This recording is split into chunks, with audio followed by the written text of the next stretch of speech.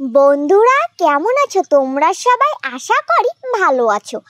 গোপাল ভাঁড়ের গল্প চ্যানেলে সবাইকে স্বাগতম। আজকের গল্পের নাম গোপাল বউয়ের চোর ধরা। চলো তাহলে এবার গল্পটি শুনে নেওয়া যাক। একদিন মাঝরাতে গোপালের বাড়িতে চোর ঢুকেছে। চোর ঘরে ঢুকবার জন্য ছাদের টালি খুলতে আরম্ভ করেছে। গোপাল তখনও জেগেছিল।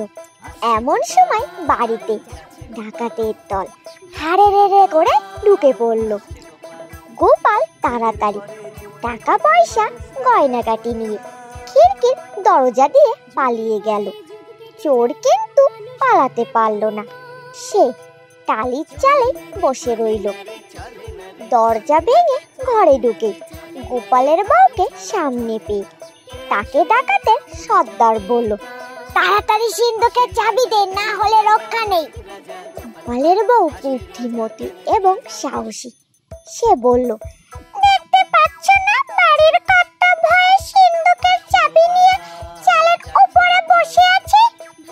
ডাকাতটা সেই চোরটাকে বাড়ির কর্তা ভেবে তাকে টেনে নামিয়ে নিয়ে এসে বলল, তাড়াতাড়ি সিন্ধুকের চাবি বের কর, না হলে দেখছিস তো এই রামদা।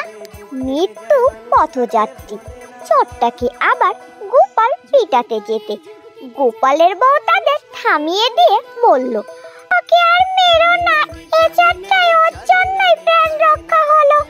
তারপর সমস্ত ঘটনা খুলে বলতে সকলে গোপালের বউয়ের বুদ্ধির খুব প্রশংসা করলো।